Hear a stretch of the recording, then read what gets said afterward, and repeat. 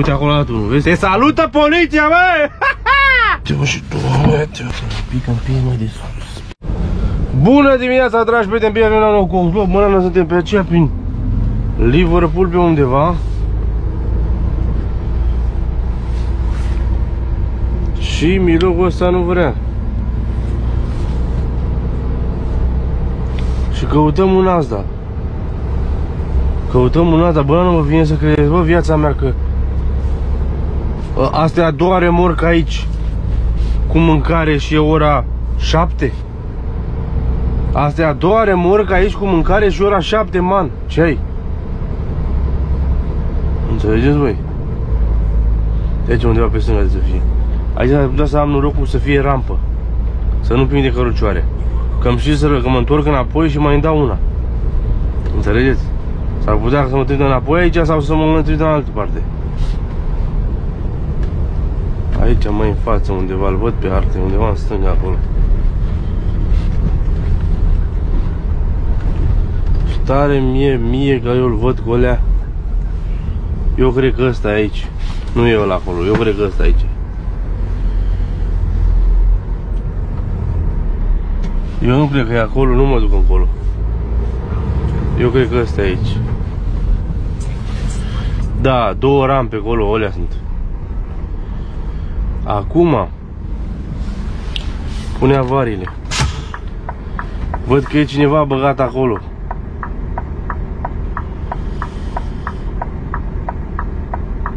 Din ce mi-arată aici pe hartă, unde eu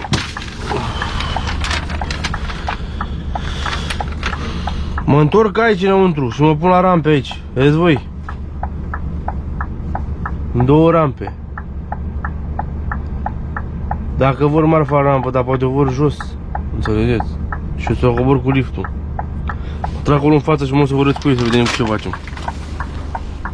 Salutare, dragi prieteni! Bine ați venit la un nou vlog! Eu sunt Adrian Cox. Tot lățos, tot cu geaca murdară, tot. Nană, tot aceeași căciură, tot. Acum stăm cu asta să descarce tovarășul ăsta și după aia scărcăm și noi, punem cu o rampă aia. Înțelegeți? Și aici scap neșifonat. De obicei scap șifonat, din cauza faptului că se prinde cărucioarele astea. Dar mai am și perioade în viață când scap neșifonat.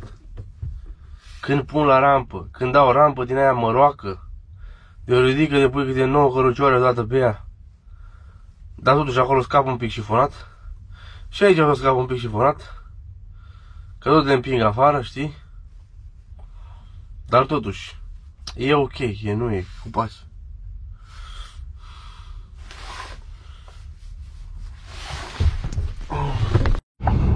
Hai să dau drumul la cameră fără să mai cuplez telefonul, că tot stă și să uite așa.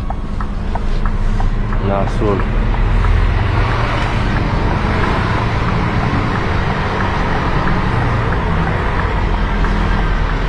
Deci aici se face manevra 2000-3000.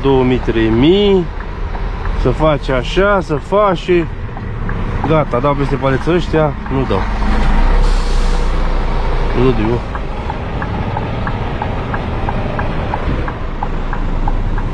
Cam lățos locul ăsta așa. Știi? Și acum până la rampă. Dai până în dreptul râmpii, deschizi ușile și dai mal. Îmi spune din start că e un pic înclinată treaba.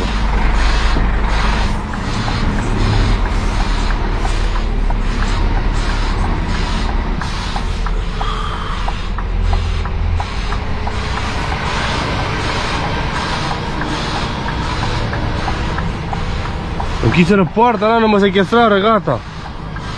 Nu mă sechestrați, viața mea. Că trec cu camionul prin poartă încolo, sunteți nebun la cap. Nu mă sechestrați, nu sechestrați-mă. Nu sechestrați-mă. Bă, da. Bă, ia să mă fac ușile, mă. Până în alta. Sau că o să și cu ușile cu alea. Pentru că va trebui să descarce grav. Și să fac și niște manevre. la remorca asta ca să-mi vină ușor.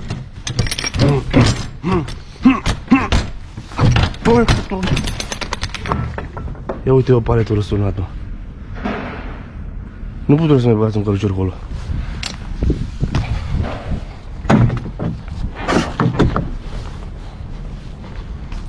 Bătură, dar nu bătură, n-aveți să faceți ceva. Stați.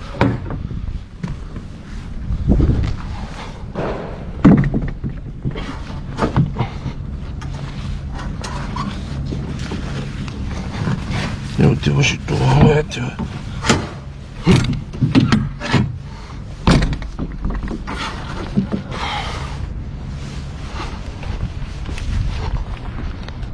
Acum, man. Zău un pic înclinată. Da, de înclinare, mă.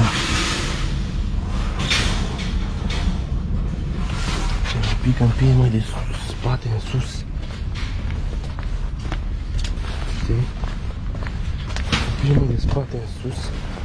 Ar trebui să las eu până la mână. Dar nu o las. Un pic mai de spate în sus.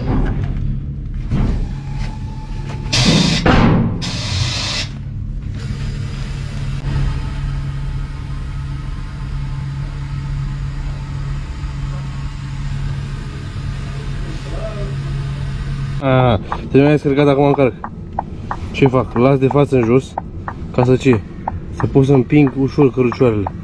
Să ducă singure practic. Uite cât o lăsat de jos. Ce fac? Telefonul descărcat, nu anăcolea așa. Uite ce ură bate soarele ăsta, frate. Ușor cu metre. Ușor să nu te ciup cumva. Că anăcolea așa. Vreo câteva sute de cărucioare, stați acolo. Că prioritatea de mai mare, te auzi de treaba asta, e prioritatea de mai mare.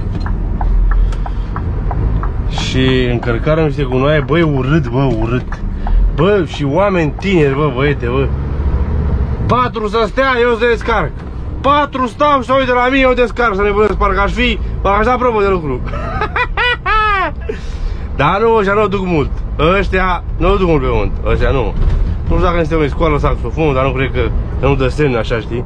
Să bată inima în tine ca să te scoale, man, ce ai? E, acum am făcut o greșeală când veni încoa. Și o luai pe podul ăla de la aruncul de acolo și îmi luă 8 lire. Înțelegeți? E, dar asta nu mai fac eu, îl fentez podul ăla. La aruncul, când mă dă jos, o iau încolo în sus, mă duc drept în față și ies la M6 și fac manevră. Înțelegeți? Ca să nu mai dau bani de pod degeaba. Știți? Aproape full cu cărucioare de alea goale. Ce să faci? Deci înapoi pe unde veniți și că pe acolo știi drumul.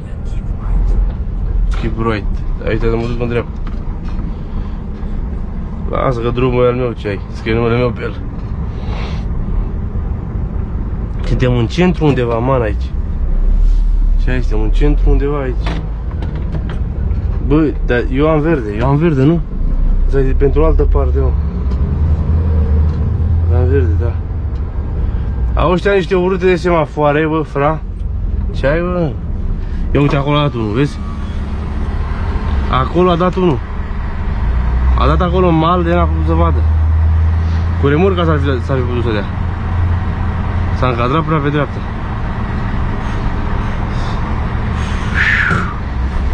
Mamă, Doamne, bă, băiete, ce ți-ai făcut, bă, în cap, bă, viața mea?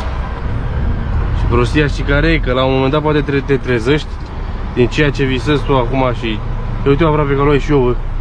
Bă, aproape că luai și eu, bă, viața mea, ce ai?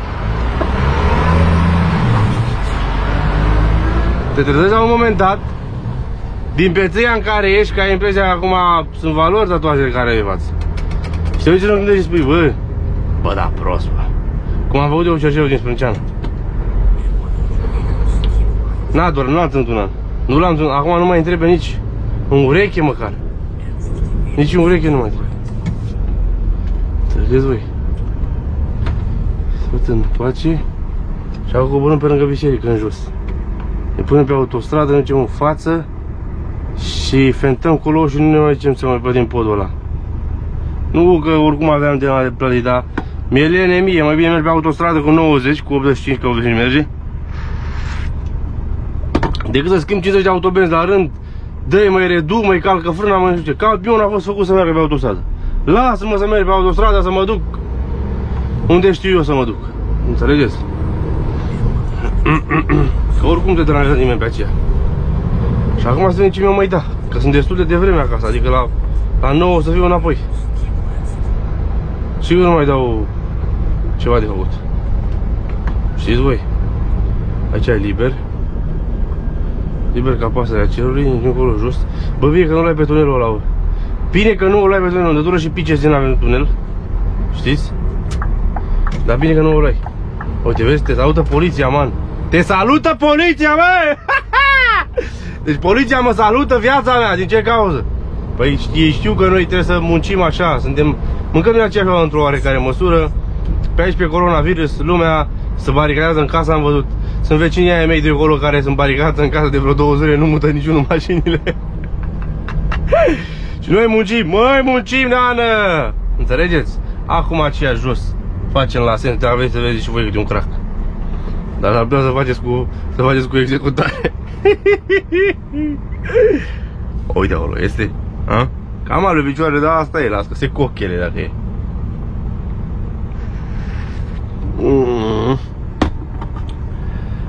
Ce mă curăț aceea, bă? Dați-vă la o parte, hai!